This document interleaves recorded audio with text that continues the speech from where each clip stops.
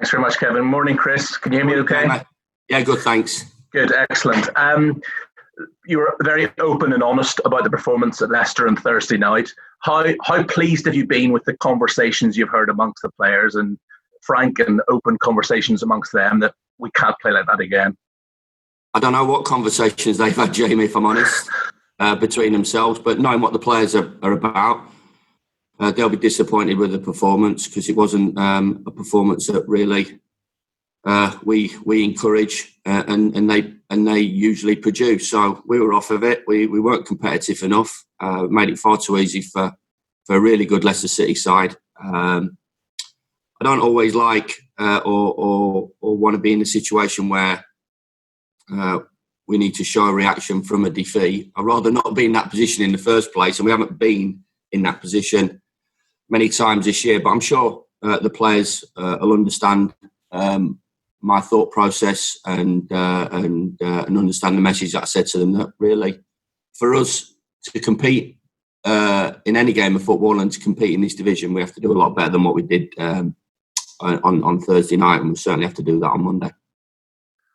And it was quite public criticism to come out and say it after the match. There's some players that might not respond too well to that, but I think from the outside looking in, it seems that you've got the kind of characters at Sheffield United where that will give them the kick out the backside that they need. Is there ever a concern from your part that some players might sulk when you criticise them publicly like that?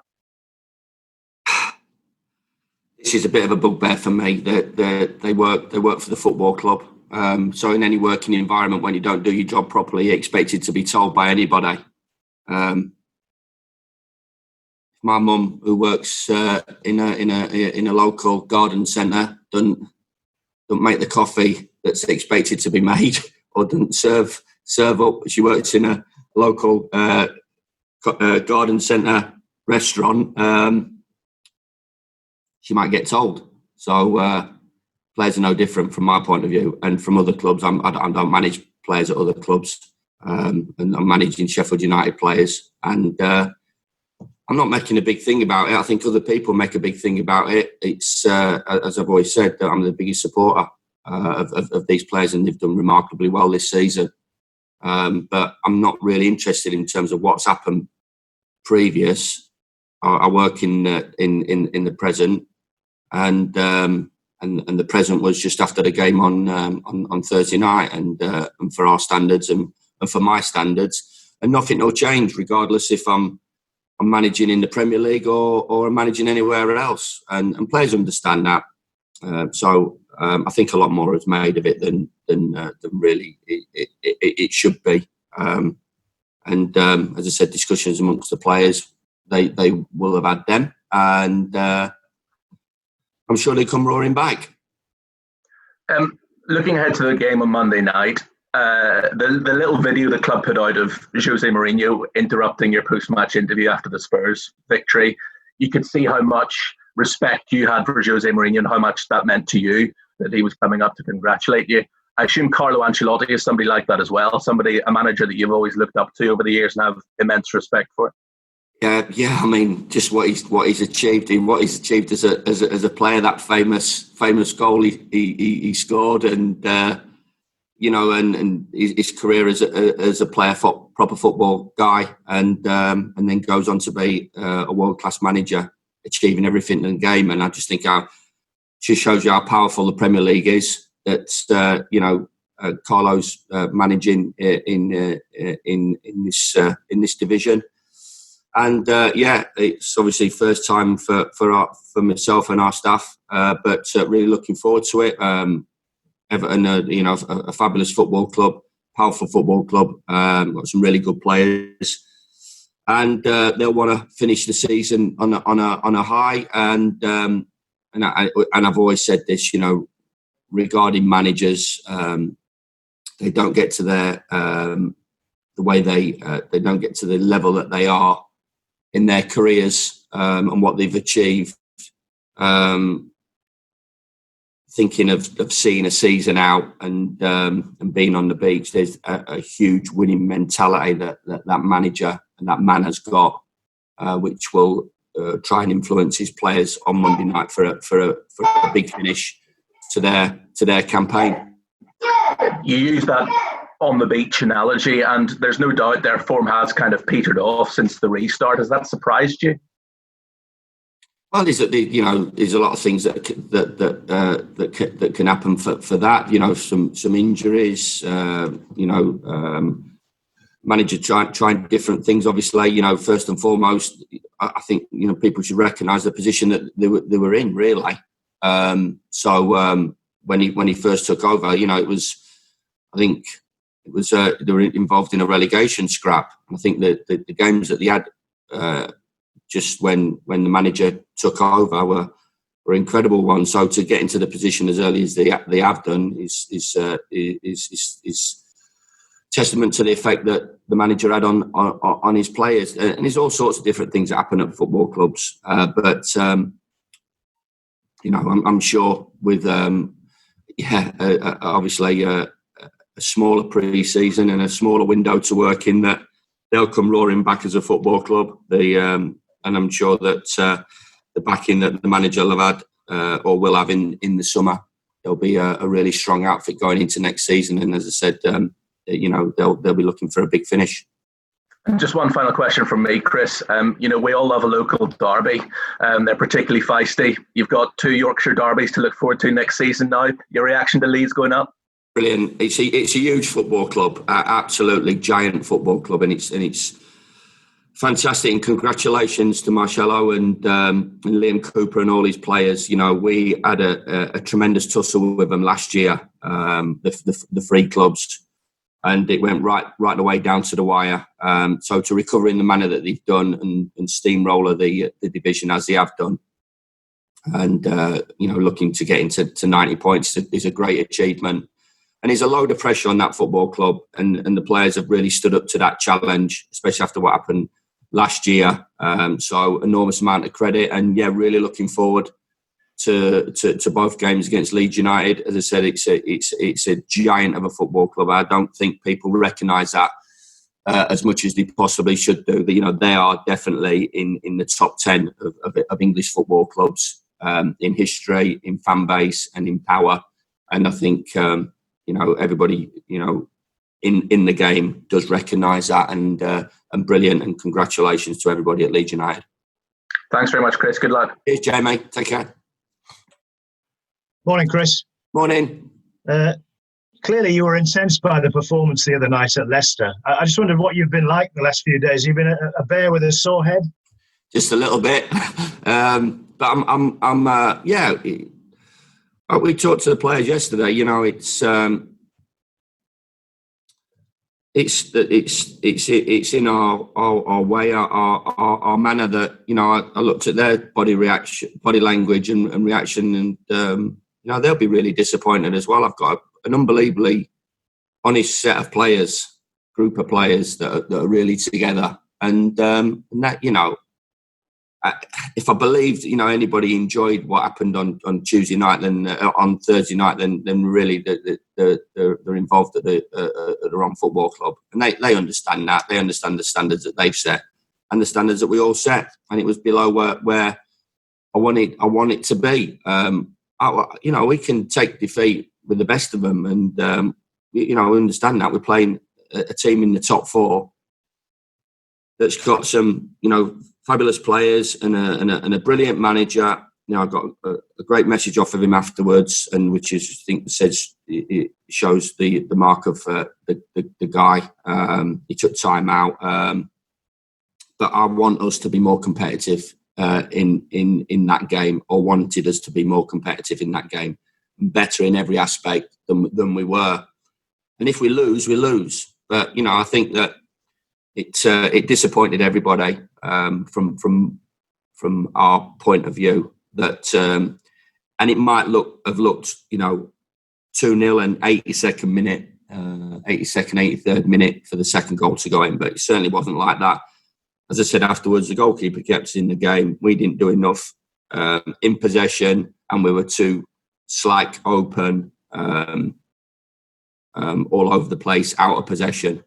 And as I said, it would have been anything other than a Leicester City victory wouldn't have been the right result. And I understand sometimes that is smash and grabs, but that would have been the biggest of them all if we'd have got anything out of the game, because we never deserved anything, because our performance levels from the first minute right the way through to the 94th weren't up to what we expect.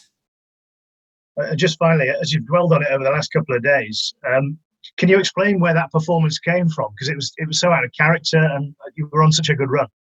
Yeah, I think these things happen.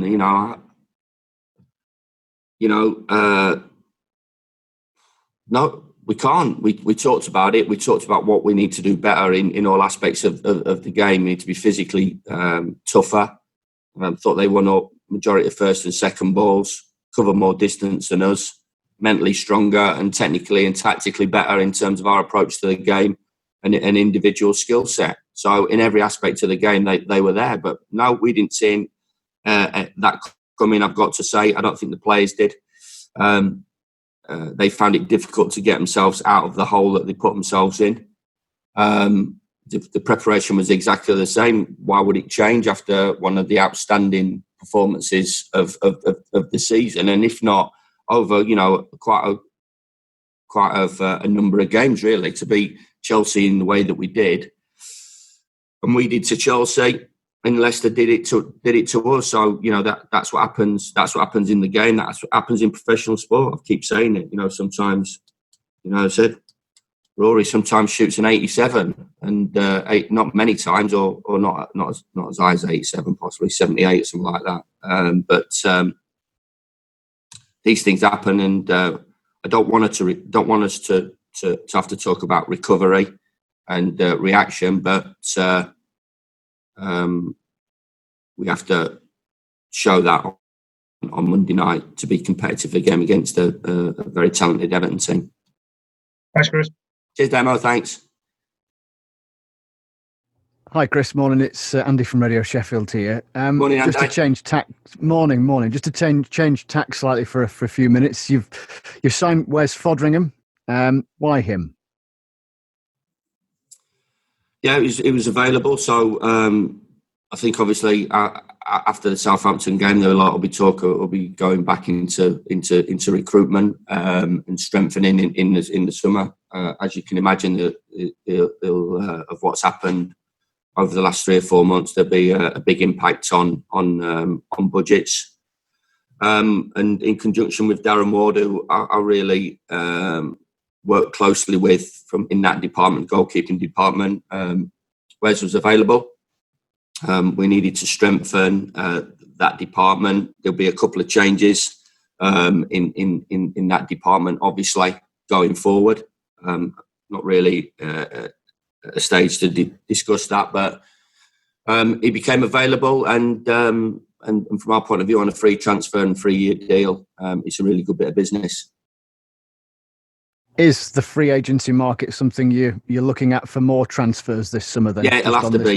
Yeah, it'll have to be. As I said, I think that the club will be talking about that, and the chief exec will be talking about budgets and where we are really going forward in discussion with the board. So as always, from my point of view, getting the maximum out of what's available. I don't think there's going to be any sort of head turning transfers from our point of view this summer. So we're going to have to work extremely hard to improve the group, and that's always what I've tried to do. And wherever we get the players from, can we make them better? Can they provide competition? Can we improve the group? So, when I look at the start of the season, is this group stronger than what the end of the season group was? And we're confident that will be the case. Throughout the last 4 years, there's no history of Sheffield United dwelling on bad performances. So how much confidence do you take from that with Everton on the horizon on Monday night?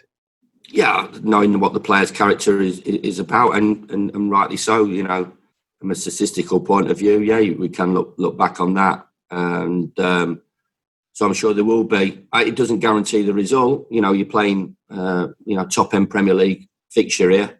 A team that's outside the top 10 and a team that's inside the top 10. Our form is good. I think, out of the games that we've played, the average points per, sort of equates to about what we are now, really, 53, 54 points, which is a fabulous achievement for a newly promoted side. But doesn't dampen the feeling that we had after the game on Thursday. So nobody saw it coming. I certainly didn't. I think you'll understand that if I thought there was, I saw it, I'd have acted on it, and of course I would have took action on it. But I didn't. I thought the players were in a really good place, and from nowhere we produced that. So I should imagine whoever's done the press today, it's Jack or whoever it would have been, they'll give their view from a player's point of view, and I would be really surprised if they thought it was good enough or the standard that they've set in terms of trying to win a game of football. You won at Goodison earlier in the season under Marco Silva. What differences, if any at all, I suppose, do you notice in Ancelotti's Everton? Well, there will be obviously quick turnaround from Thursday to Monday, so we'll work on certain aspects. But played all different types of formations. Got a couple of players back. Gomez is back. Got a couple of players missing. Difficult during a season to really stick your mark on it from a recruitment point of view, as you can expect. But I'm sure things will change in the summer. But certainly from the position that they were in, and the Premier League as it is, it's not like any other division in terms of the fixtures up and coming. And if I can remember back to that period, I think they had a really tough run of fixtures as well when the manager came in. So to take themselves out of the relegation zone into challenging for a European place up until maybe 2 or 3 games ago, I think obviously shows that what effect he has had on them in terms of the performances, in terms of their attitude. As I said, they played all different types of formations, but the man's a serial winner, as I said about Jose Mourinho. He wins games of football. He achieves things. He manages top clubs. He wins Champions Leagues and domestic titles, and he's a winner. So that doesn't leave him just because maybe he's taken over a new job. Brilliant. Thanks. Best of luck Monday. Cheers, Andy. Thank you. Chris, some managers are hesitant to criticise after a poor performance and tell it as it is. Why, in your opinion, is honesty the best policy? Well, it works for me from my character point of view. It worked for me as a player. And I've just been on the phone to an ex-manager of mine, and he certainly told it as it was, Harry, and as you can expect. So I'm not, I'm not a copy of him, but background, I suppose, from my point of view, from a personal point of view, players, a tough environment. We're trying to build, mentally tough footballers as well as good technically ones and tactically astute and physically strong. This is top-end professional sport, Premier League football. So they have to be tough. They have to go into, well, obviously not now, but they've had to go, just even talking about the Leeds United situation. And as I said, congratulations to Leeds. Brilliant achievement by the manager and the players, Liam Cooper and all the players there and staff and supporters. It's a huge, great football club in our county, and deservedly back where rightly it should be. But going on to there, last year we had to go into Ellen Road in an absolute. I don't know what positions that we were in at the time. I don't know if Norwich were top, Leeds were second, and we were third, and we had to go into their backyard and scrap and dig out a result, which we did. A little bit against the run of play, but if we're soft in character soft in attitude and mind and milky, we absolutely get turned over in their backyard. And we're wanting to create mentally tough footballers. So for me, players know exactly where they are. They understand it. It isn't always black and white, as you can imagine. But I believe, from my point of view, this is the way I manage, and the players understand that, and they have to deal with it as much as anybody else has to deal with it. Cheers, Chris. Cheers, Rob. One more from Jamie Weir before we switch to the scribblers, please. Jamie? Yeah, sorry. One more quick one from me, if you don't mind, Chris. Just picking up on something you said to kids there about Wes Foderingham. Are you anticipating it's going to be quite tough then to get Dean Henderson back for another loan spell next season? No, Dean and Manchester United know our views on that. We've already started, talking to the player in Manchester United, obviously respecting it's their decision and the boys' decision, but we'd love to extend that for another season, and obviously when we get the news on that decision, we'll obviously let you know. Good man, thanks very much. Cheers, mate. Cheers, Jay. Ta.